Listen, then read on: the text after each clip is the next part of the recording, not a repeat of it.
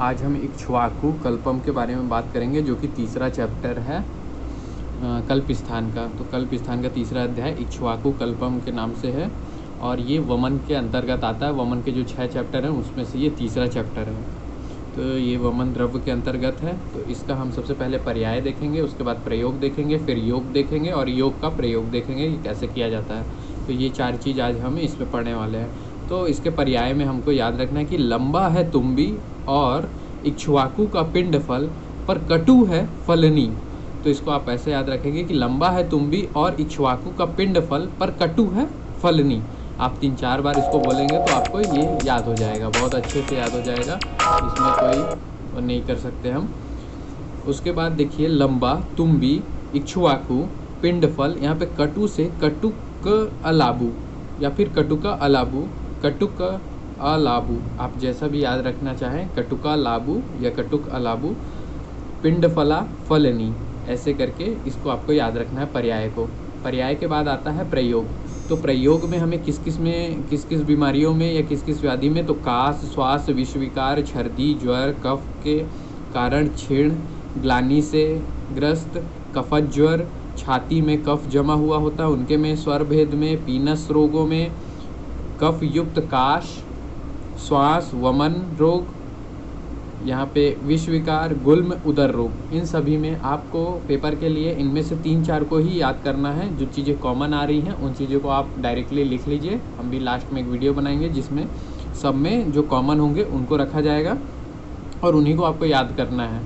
उसके बाद आते हैं इनके योग। तो योग के लिए एक छोटी सी ट्रिक बनी हुई है, आप इसको 3 से 4 बार पढ़ेंगे तो आपको अच्छे से याद हो जाएगा। जैसे कि मैं नए एक तेल को तिल के सुमत, यहाँ पे सुमत 3 बार, मत के मस्त एक घृत मिलाकर मुन्ने को माँ बाप 8 बार दूध दे।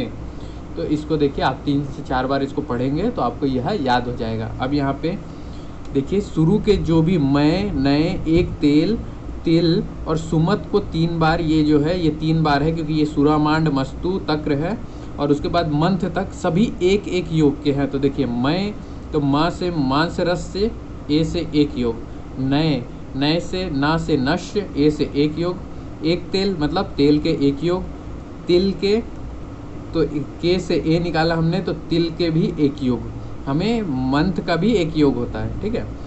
उसके बाद आता है सुमत। सुमत से हमने को लेना है सुरामंड, मस्तु और तक्र, इसके 3 योग होते हैं, 3 योग हो जाते हैं।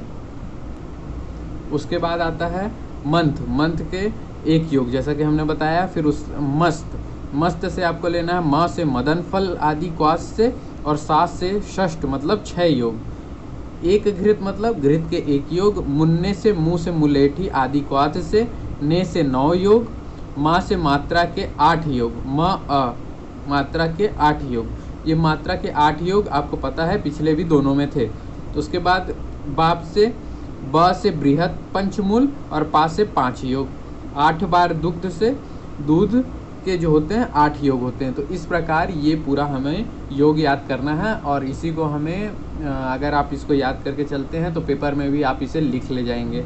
उसके बाद जो योग प्रयोग आता है इसको आप पेपर के लिए छोड़ भी सकते हैं। अगर आप सिर्फ अपने प्रिपरेशन कर रहे हैं तो उसमें आप ले सकते हैं, लेकिन पेपर में आप छोड़ भी सकते हैं।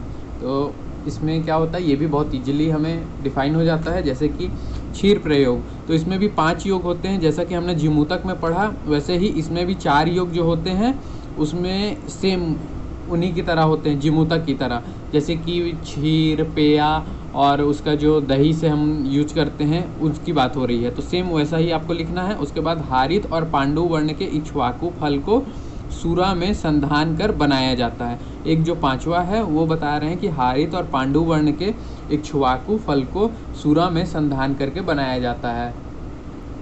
जो हम जिमूतक के 4 का बात कर रहे हैं, जो जिमूतक के 4 योग हैं वो कौन कौन से थे, तो देखिए जिमूतक के जो 5 योग हमने यहाँ पे लिए थे जिमूतक में, क्षीर, पेया, तो क्षीर से जिमूतक पुष्प से सिद्ध क्षीर, तो यहाँ पे इक्ष्वाकु पुष्प से सिद्ध क्षीर, इक्ष्वाकु फल से सिद्ध पेया, ऐसा ले सकते हैं। फिर जिमूतक के फल रोमस फल से सिद्ध क्षीर की मलाई, तो यहाँ पे आप ले सकते हैं इक्ष्वाकु, और इसमें भी इक्ष्वाकु के रोमहीन फल से सिद्ध क्षीर से प्रशस्त दही की मलाई।